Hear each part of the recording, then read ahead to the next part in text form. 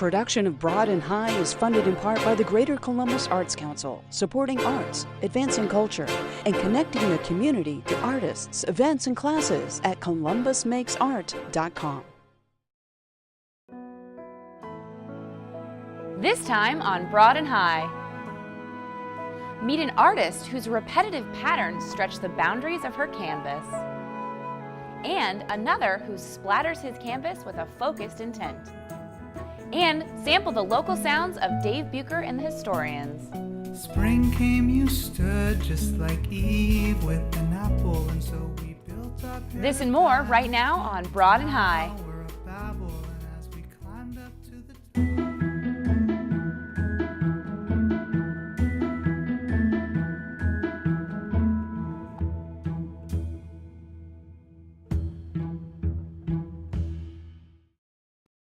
Hey everyone, welcome to Broad and High. I'm your host, Kate Quickle. A while back, we sat down with the members of Dave Bucher and the Historians, a local indie rock band that formed in 2010. They released a new album last year, so we thought we'd take this opportunity to reintroduce you to their sound.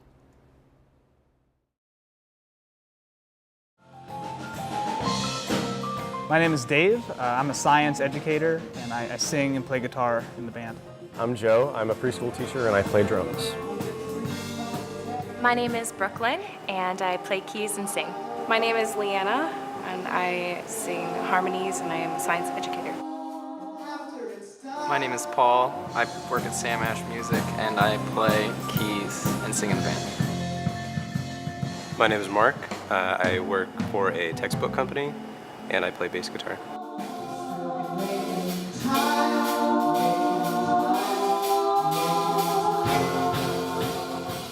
The name is because it's sort of our philosophy that songwriting is the act of documenting your own emotions and experiences that, and of those that you know that may have otherwise gone undocumented. So you're kind of there taking snapshots and putting those in files so everybody can kind of remember those things. I think in terms of producing an album, that's down to an individual basis. If you want to make a certain kind of music and you want to record it and you want it to be good, it's all dependent on how hard you work. Just last week I said it kind of felt like a musical soundtrack where it had a theme that it started with and came back to and kind of finished with. Yeah, it definitely does. And that theme is the title, the line, "What Can Bring You Back to Me?" That shows up in 3 different songs. You hear with sweeter tears that can bring you back to me. We worked really hard on this record to kind of find a sound, and not in a kind of a, we need to write songs that are going to fit this mold, because that feeling would be a little bit boring, but we ended up with something that I think has a uniform feeling and texture that makes it feel like an album. About a month ago, we filmed a music video. We filmed it at Cafe Kerouac Coffee Shop, which is down on High Street near OSU's campus. It's been very good to us over the years as well. Yeah, we've played there a lot. Mike, who owns it, is incredibly good to us. You will notice in the video that Paul is not facing the band, and we wanted Paul to be facing the band, but when we tried to move the piano, the leg fell off. So, if you go there and find that the piano has fallen over. Don't tell him. I think it was already broken, but Mike might not be happy with us.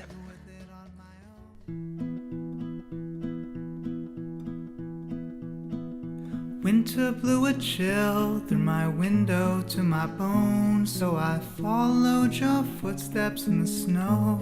Oh, and they led me to your door, let me feel some warmth, and I remembered what my thawing heart is for.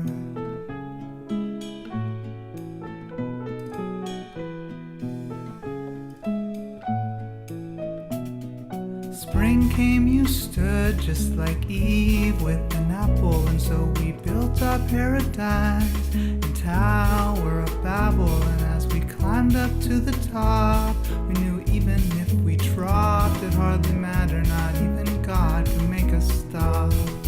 There must be something about the weather as it's changing. All these molecules of air trying to keep us separated. I know change is what we need desperately. I'm just sorry that I ever had to leave.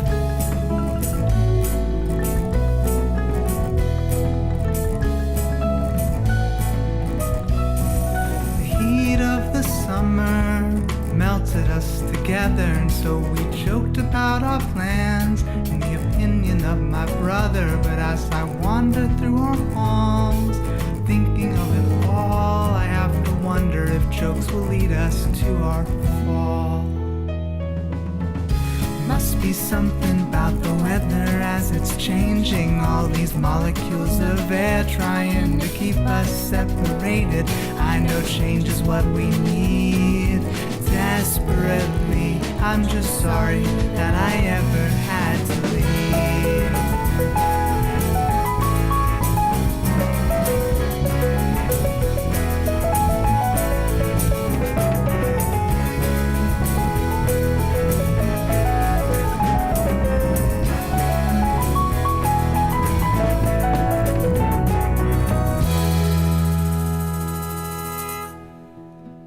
Now the time's past, I've changed, and I'm sorry for the struggle. I can build a paradise and be a better angel. But as I hear you full of shame, calling out my name, I have my doubts if things could ever be the same.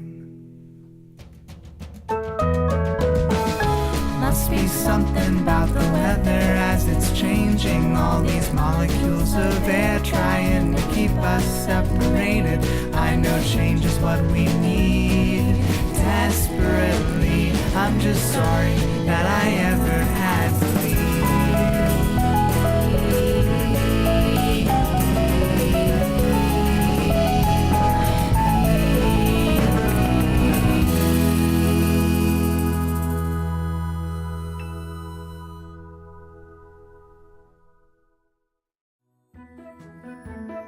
Keep up with Dave Bucher and the Historians by following their Facebook page and give a listen to their latest album on their Bandcamp site.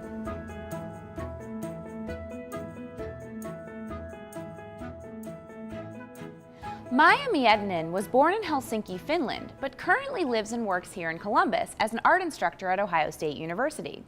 She recently welcomed us into her studio to explain her painting method with its rhythmic patterns that stretch the boundaries of her canvas.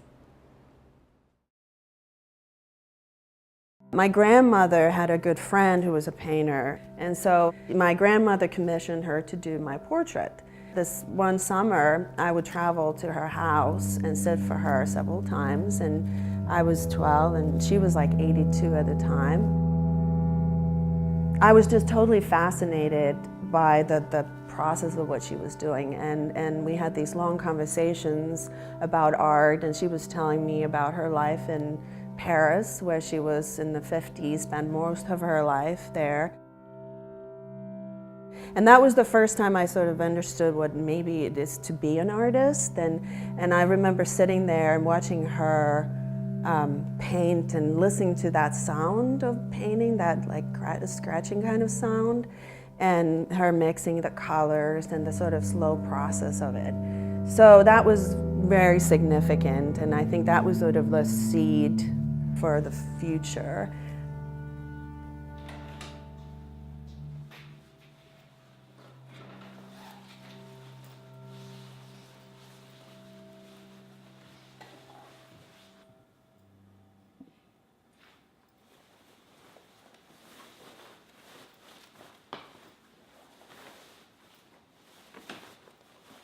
The work that I'm doing right now, it's for my thesis show, which means that I'll be graduating from the MFA program. And so I'm making 5 paintings that are all 5 feet by 6 feet on canvas, using spray paint, enamel paint, and oil and acrylic.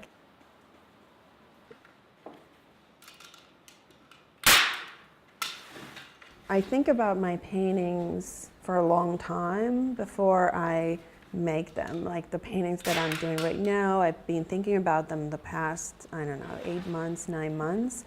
You know, the color, the scale, all the different aspects of them. And then when I start working, I try not to think about anything but just the making. Like in dance, like you dance, you practice, but then when you perform, you don't think about the choreography anymore. You just have to, it's in your muscle memory. You just go to it and your body guides you.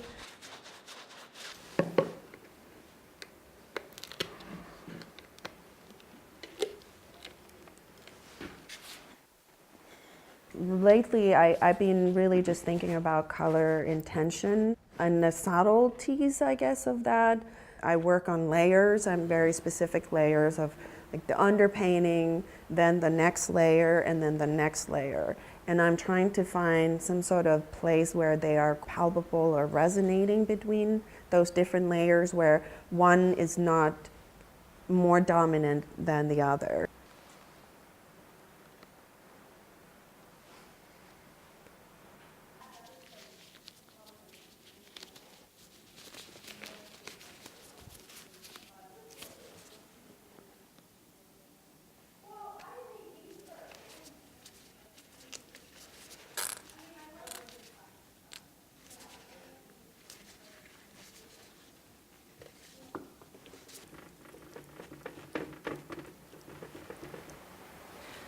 Well, the stencils I first started to use was the circle. I wanted to make a perfect circle and sort of remove my hand or some kind of idea of like making a circle, like with some sort of device.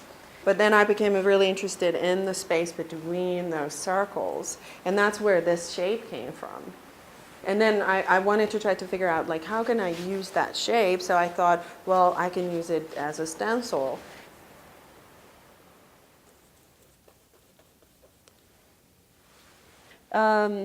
It's a very interesting form. It's open and it's closed, and with the line, I mean, essentially line, it can be either infinite, it can continue infinitely, or if you turn it to like attach those two ends of the line, it makes a circle too. So it's sort of, there's a paradox, like they're totally different kinds of forms, but they're also the same form at the same time. They're sort of concealed within that is the same form. So that's why I also think it's really interesting.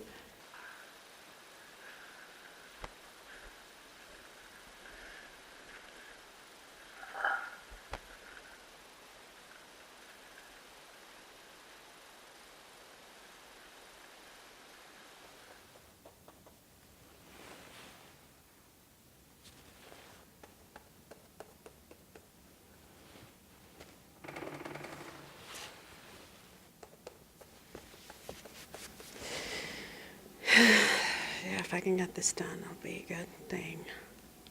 Good day. Finish a painting.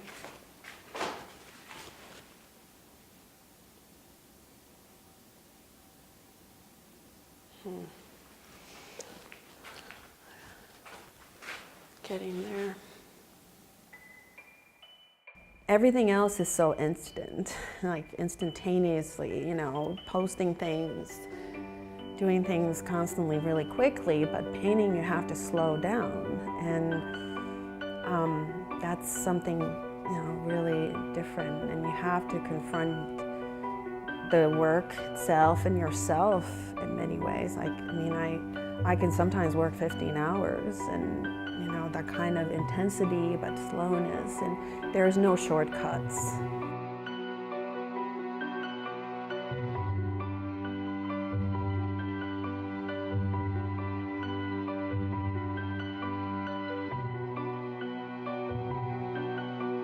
I find paintings just so fascinating because there are these objects, they are two-dimensional, but they're three-dimensional at the same time. They're so little in a sense. It's just paint and canvas, but the kind of things they do, I think there is a bodily responses that they evoke. Like I can look at a painting and I see some paint and it makes me want to like taste it or touch it, or what is that thing, and how they can command you in the space in such a way and have this presence.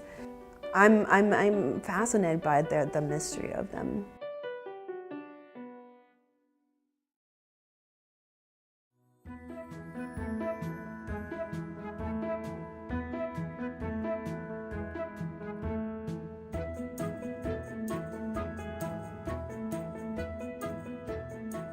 Our next segment takes us to Minnesota, where we find Fazia Khan.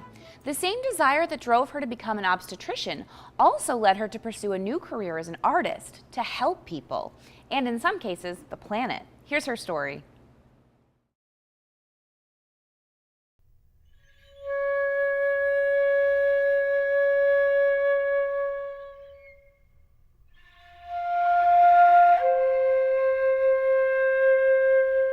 I created the other, which was the black boxes that you look into. You see this bronze face of another person, but with your eyes in their face. So the viewer is meant to put themselves in the place of that person. Each face was from a different race, a different gender, different age group, all things that we might discriminate against. And yet on the outside, they're all the same. When I was working as a physician, I saw a lot of people from different socioeconomic backgrounds, different races, different religions.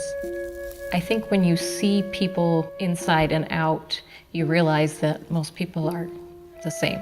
And I think that the same feelings in me that led me to medicine in the first place, a desire to help other people and to make their lives better or make the world a better place, are the same things that drive me in my art.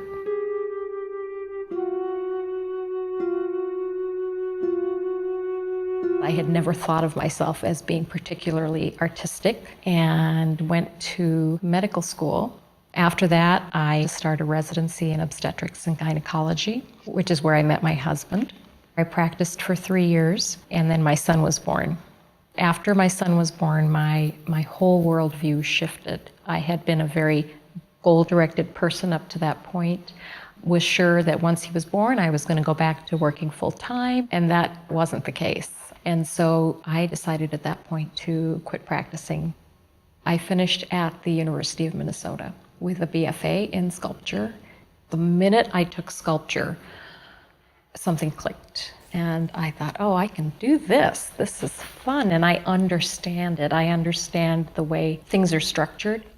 And I think that that relates back to being a surgeon, because, you know, OBGYNs perform surgery, and having the kind of mind that can sort of see in 3 dimensions.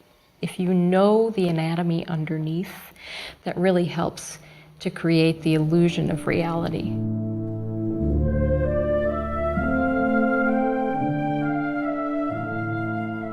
I've done woodworking, stone carving, metal work, forging, welding, casting. I love working in wood because I love the texture of wood and I love the appearance of wood and the natural feeling of wood.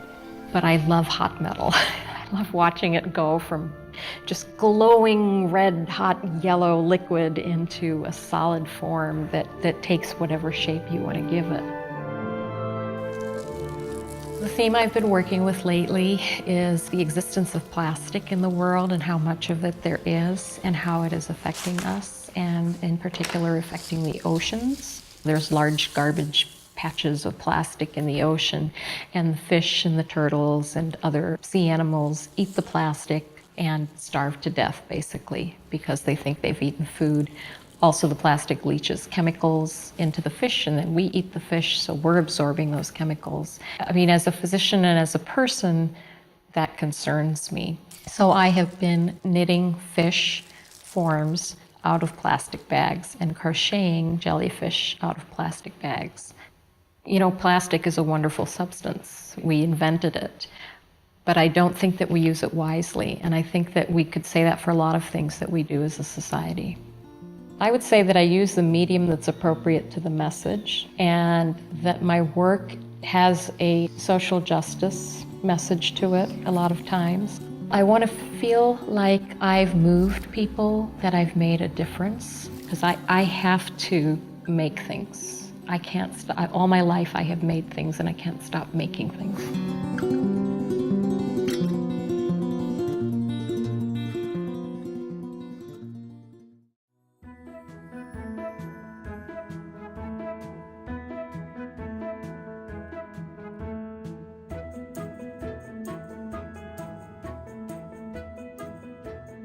With his minimalist technique and his painterly control, Florida artist Timothy Raines has developed a unique and distinctive style of abstract expressionism.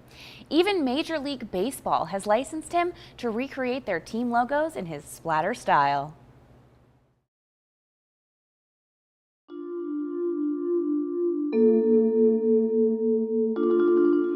My interest in art has been something developed since I was a small child. I picked up a pencil and would copy whatever my dad would do as an artist, and just grew from there. So drawing people, drawing animals, cars, airplanes, whatever I could draw, and it developed quite a bit from there. I did do high school education for art, but I pursued a business degree instead and didn't think that art would be a career, more of just a hobby when I began.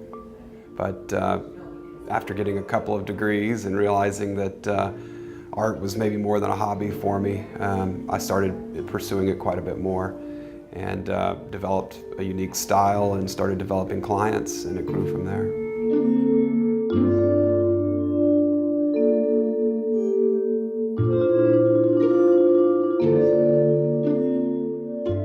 I've been here just short of 2 years. The gallery itself was open just about 3 years ago. We do represent Timothy Raines. This began with him. He very much is a contemporary expressionist, a colorist. He can work from abstraction to realism. He's also licensed with Major League Baseball to create their beautiful logos in his style of splatter and splash. The process that I developed came around as a just happenstance. I had actually been more of an illustrator when I was younger, up through college, and did some illustration on the side, but abstract was something that I appreciated but didn't quite understand. I felt like throwing paint on canvas to cover a wall space in my house was the way to go, and it looked simple and accessible. After a while, someone asked me, could you do a flower in your style? And I thought, well, that's interesting, I'll do that. So I had done a flower. Those really took off with a lot of people, and I thought, when I can make a flower, what else can I do in terms of abstract expressionism? So it went from still dropping the paint and splashing to forming images in that style.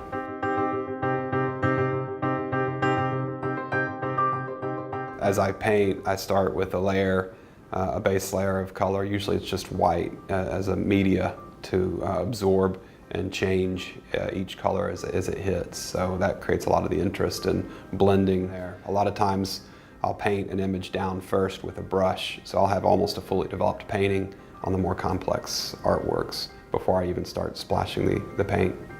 In my painting I use acrylic. They're more fluid acrylics than the typical thing you get out of a tube. And a lot of what I do in terms of the color choices I make are based on how certain colors mix together. So I've done a lot of color sampling. A certain orange might not work with a certain red the way I want it to. And so there's some limitations to what I pursue artistically based on the technical aspects of my paints. I usually kind of separate it into 6 or 7 primary colors, so an image is quite a bit simplified, and then I use that simplified image as a basis for my splash painting.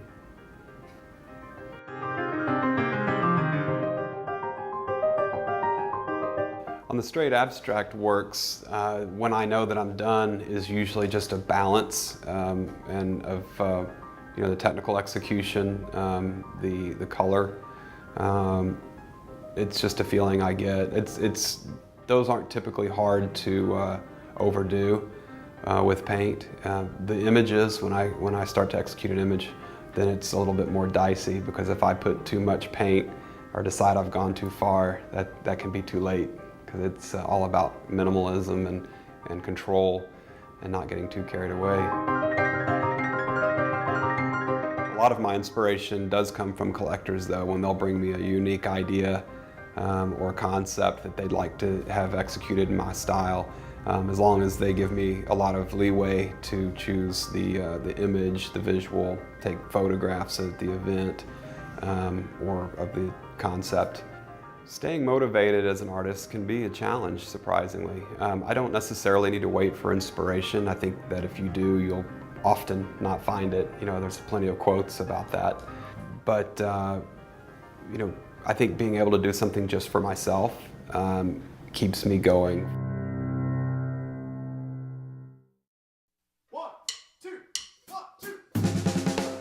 That's our show. You can see all of today's stories at WOSU.org, and of course, check us out on Facebook, Twitter, and Instagram.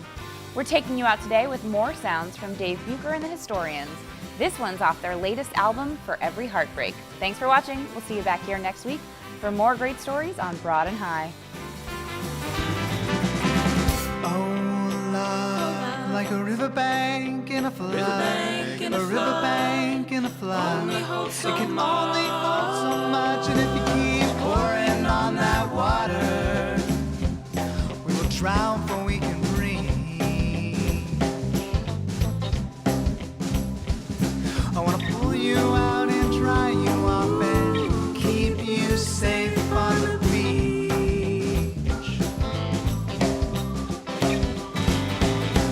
Oh, love, want to wash your hands clean up, want to raise yourself above.